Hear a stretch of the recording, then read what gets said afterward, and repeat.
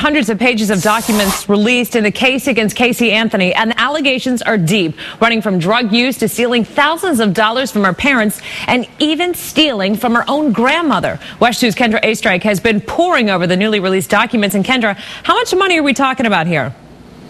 A lot of money, Mark, thousands of dollars. In this new 53-page interview, Kaylee's great-grandma candidly talks with investigators. It was last August, 4 months before Kaylee's remains were found here just down the street from the Anthony's home.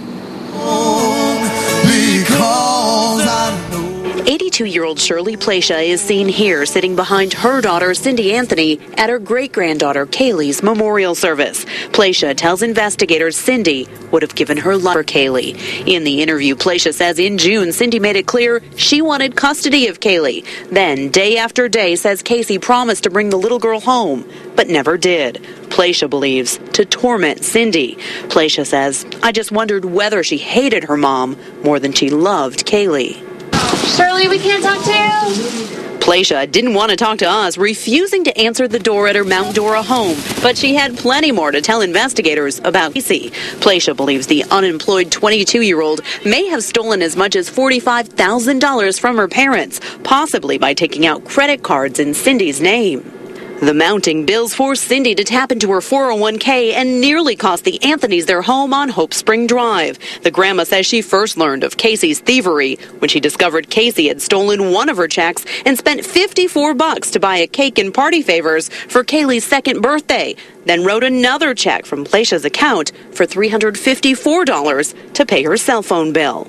Get away! Get away!